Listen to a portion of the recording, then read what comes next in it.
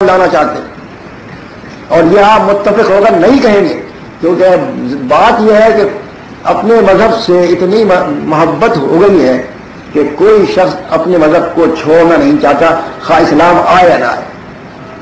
اور یہی چیز ہے کلو حزب بما لدیہم فرحون، اسی کی تشریح کہ ہر فرقہ جو کچھ اس کے پاس ہے اسی میں مگن ہے، خوش ہے، سمجھتا ہے بس یہی ٹھیک ہے.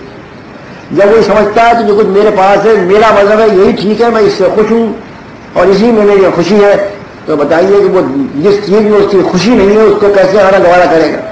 اور یہی وجہ ہے کہ اپنے مذہب کی خاطر وہ اسلام کو دور کر رہے ہیں.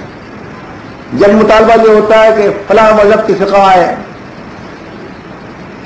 دوسرا مذہب والا کہتا ہے ہماری فقہ آئے گی. وہ اپنی فقہوں کی خاطر وہ اصل اسلام کو لانا نہیں چاہ رہے. کون سی چیز ان کو زیادہ عزیز ہے، اپنا مذہب یا اسلام؟ اگر ان کو اسلام سے صحیح طور پر محبت ہوتی تو پھر وہ کہتے ہیں کہ کتاب و سنت کو نافذ کر دیا جائے، بس یہی حل ہے اس بات کا. اور فرقہ بندی کو ختم کرنے کا بھی حل یہی ہے کہ آپ سب اپنی اپنی فرقے وارانہ کتابوں کو الگ کر دیں اور قرآن حدیث پر سب مل کر آ جائیں.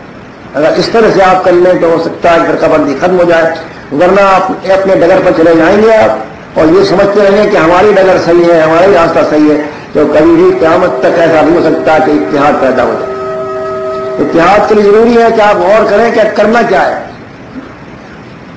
لوگ کہتے تو یہی ہے کہ اپنے فرقے وارانہ مذہب کو ختم کر دو اور کتاب و سنت پر آ جاؤ، فرقہ بندی ایک لعنت ہے. اور آج تک کسی نے یہ نہیں کہا کہ فرقہ بندی نعمت ہے. سب یہی کہتے ہیں لعنت ہے، لیکن لعنت کو چمٹائے ہوئے ہیں، اپنے سے چھوڑنے کی تیار نہیں ہے. وہ بڑے بڑے لیڈر صاحبان جن کی سرخیاں آتی ہیں اخباروں میں کہ فرقہ بندی ختم کی جائے، فرقہ بندی لعنت ہے، ان کا اپنا عمل جو آپ دیکھیں کہ ان کا اپنا عمل وہی ہے فرقہ بندی. وہ کسی فرقے سے الگ ہی نہیں ہوئے، ان کا وہ عملاً تو الگ ہوتے نہیں فرقے سے، لیکن چیختے رہتے ہیں فرقہ بندی ختم کرو. کیسے ختم ہوگی؟ جماعت المسلمین کی دعوت ہے کہ فرقہ بندی اس طرح ختم ہوگی کہ آپ تمام اپنے مذاہب کو چھوڑ کر پہلے الگ ہوں. جب تک الگ نہیں ہوں گے اس وقت تک اسلام نہیں آئے گا. اس لیے جب تک انہی میں چمٹے رہیں گے آپ تو اصل اسلام کو لانے کی ترکیب کیا ہوگی؟ ان کی جماعت کو آپ بڑھاتے رہیں گے، جب تک ان میں رہیں گے ان کی جماعت کی تعداد بڑھی رہے گی. ان کی تعداد کو کم کریں اور کم کرتے کرتے اتنی کم کر دیں کہ وہ حقیقت میں کچھ رہے ہی نہیں. اس کی صورت یہی ہے کہ آپ فردن علیحدہ ہوتے چلے جائیں. نتیجہ کیا ہوگا کہ وہ خود ہی مل جائے گی، وہ فرقہ خود ہی مل جائے گا، اور جب فرقہ بن جائے گا تو فرقے والا فرقہ خود ختم ہو جائے گی. لیکن ہوتا یہ ہے کہ نکلتے نہیں ہیں اس سے، برائی کے بیان کرتے ہیں، سب کچھ کرتے ہیں، رہتے انہی میں. نتیجہ یہ ہوتا ہے کہ ان کی کثرت و تعداد میں کوئی کمی نہیں آتی، تعداد برستر وہی رہتی ہے، برستر وہی رہتی ہے. تو ان کو کل عدم کرنے کی کوئی صورت اور نہیں سوائے اس صورت کے کہ پہلے نکل کر اپنی طاقت مضبوط بناؤ، اپنی کثرت کو بڑھاؤ، اپنی تعداد کو بڑھاؤ. جب تمہاری تعداد جو ہے زیادہ ہوگی تو وہ اپنے آپ ہی ختم ہو جائے گی. مگر اس کے لیے عمل کی ضرورت ہے. جماعت المسلمین نے عمل کر کے دکھایا، الگ ہوئے، اور آپ کو دعوت دیتے ہیں کہ آپ کو فرقہ بندی چھوڑ کر الگ ہو جانا چاہیے. جب تک آپ الگ نہیں ہوں گے آپ یہ سمجھ لیں کہ آپ بھی فرقہ بندی کی تائید کر رہے ہیں. زبان سے کچھ بھی کہتے رہیں، عمل سے آپ تائید ہی کرتے رہیں. تو یہ جو آیت میں نے آپ کے سامنے پڑھی تھی اس کی تشریح کر رہا ہوں کہ یہ شریعت تو تھی اللہ تعالیٰ کی، بنائی دوسروں نے اور اس میں شامل کر دی. یہ قسم کا شرک ہوا، اور قرآن مجید کی آیت بھی اس چیز کو ثابت کر رہی ہے کہ یہ شرک. اللہ تعالیٰ فرماتا ہے ام لہم شرکاء شرعوا لہم من الدین ما لم یعلم بہ اللہ. کیا انہوں نے شریک بنا لیے؟ ام لہم شرکاء، کیا انہوں نے شریک بنا لیے؟ شرعوا لہم من الدین، جو شریعت سازی کرتے ہیں ان کے لیے، ما لم یعلم بہ اللہ، اللہ نے ان کو اسی یاد نہیں دی. اس میں لفظ شریک کا استعمال کیا ہے. مطلب یہ ہے کہ جو شریعت سازی کرتا ہے وہ اللہ تعالیٰ کا شریک بن جاتا ہے، اور جب شریک بن جاتا ہے تو شرک ہوتا ہے یا نہیں؟ تو معلوم ہوا شریعت سازی اس آیت کی روح سے بھی شرک ہے، اور اس لحاظ سے بھی شرک ہے کہ بادشاہ ہوا ہے، حکومت اس کی ہے، قانون اس کا چلے گا، دوسرے کا نہیں چل سکتا. اور وہ جو آیت میں نے پڑھی تھی اس کا بھی یہ مطلب ہے. اور ایک آیت اور سنیے اس سلسلے میں، ان اقیموا الدین ولا تتفرقوا فیہ، دین کو قائم کرو. یہ کون سا دین ہے؟ جب اللہ تعالیٰ فرما رہا ہے کہ دین کو قائم کرو تو آپ اپنے یہ سوچیں کہ دین کون سا ہے.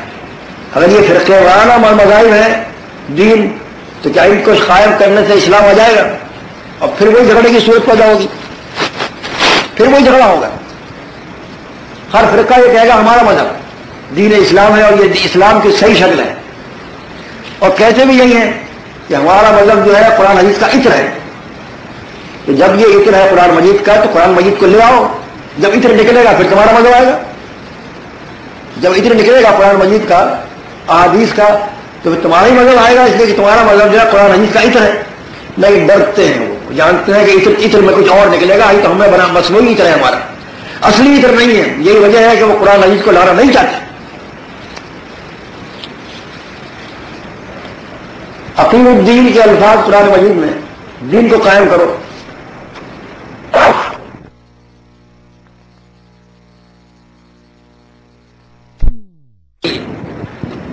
گرا کیوں گزر رہی ہے؟ فرقہ بندی کی وجہ سے. اور فرقہ بندی اس آیت کی روح سے بھی ایک قسم کا شرک ہوا.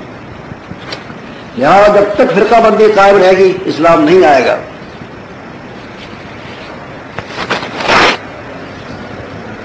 یہ میں نے 4 دلائل دیے ہیں آپ کو جن سے ثابت ہوا ہے کہ فرقہ بندی شرک ہے.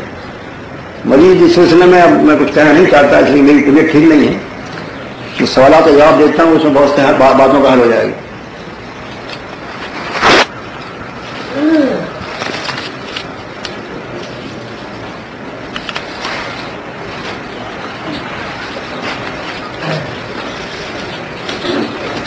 اگر کوئی جماعت میں شیطان گھس آئے تو کیا انہیں باہر نکال دیں یا انہیں معاف کر دیا جائے گا؟ کیونکہ معاف کرنا سب سے بہتر انتقام ہے. ذرا سی مہربانی کر کے اس کی وضاحت کر دیں. میری تقریر کا مضمون کچھ اور سوال کچھ ہے. شیطان کوئی اچھی چیز تو نہیں ہے. ان الشیطان لکم عدو فاتخذوہ عدوا. اللہ تعالیٰ فرماتا ہے شیطان تمہارا دشمن ہے، لہذا اس کو دشمن سمجھو. تو اگر ہماری جماعت میں شیطان آ جائے گا تو ہم اس کو دشمن ہی سمجھیں گے نا. اور دشمن کو اپنے اندر رکھنا، اس کی پرورش کرنا، یہ اپنے آپ کو نقصان پہنچانا ہے یا نہیں؟ رہا یہ کہ معاف کر دیا جائے، شیطان کو تو معافی اللہ تعالیٰ بھی نہیں دے گا. آپ کو معلوم ہے شیطان کی معافی نہیں ہے، تو شیطان کو کیسے معاف کیا جائے گا؟ رہی آپ کو اگر اس سے مراد یہ ہے کہ کوئی منافق آ جائے، منافق آ جایا کرتے ہیں، اور میرے علم کے مطابق منافق جماعت المسلمین کے علاوہ کسی جماعت میں نہیں، کیونکہ منافق اسی جماعت میں آتے ہیں جہاں حق ہوتا ہے. حق کو برباد کرنے کی کوشش منافقین کرتے ہیں، کوئی اور نہیں کرتا. لہذا جماعت المسلمین منافق آ جایا کرتے ہیں. اب ایک ہی صورت ہے کہ وہ اصل اپنی منافقت کا اقرار کریں اور اس سے توبہ کریں تو ان کو معاف بھی کیا جا سکتا ہے، معافی ہو سکتی ہے. لیکن جب تک وہ منافق ہے اس وقت تک اگر ہمیں معلوم ہو جائے کہ منافق ہے اور نقصان پہنچا رہا ہے، وہ ایک قسم کا شیطان ہے، تو پھر اس کی معافی نہیں ہے.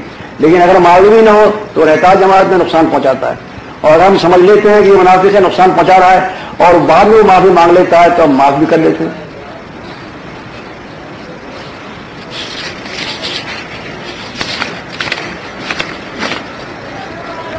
حدیث پاک کی کتاب کی متن جو لکھی آئی عند اہل القرآن و عند اہل الحدیث، فرقن محدثین کی اصل قرآن اصل اہل حدیث جو آئی. بسم اللہ الرحمن الرحیم. حدیث پاک کی کتابوں کی متن میں لکھا ہوا ہے کہ عند اہل القرآن و عند اہل الحدیث. تو کن محدثین کے اہل قرآن کہا جاتا ہے، کن کو اہل حدیث کہا جاتا ہے؟ کیا یہ محدث صحیح ہے یا نہیں یا غلط؟ عند اہل القرآن تو میں نے نہیں پڑھا کہیں کہ کسی کتاب میں لکھا جاتا ہو. ہاں عند اہل الحدیث پڑھا ہے اور بہت پڑھا ہے. یہ لوگ آتے ہیں، لیکن کس کے لیے آتے ہیں؟ جب مثلا امام ترمذی لکھتے ہیں